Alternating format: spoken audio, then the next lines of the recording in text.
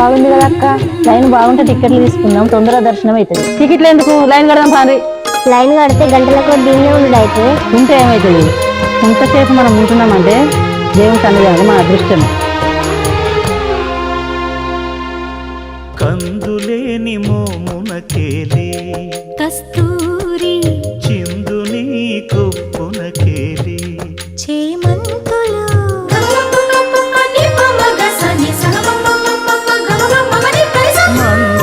మందయానమునకేలి మట్టెల మోతలు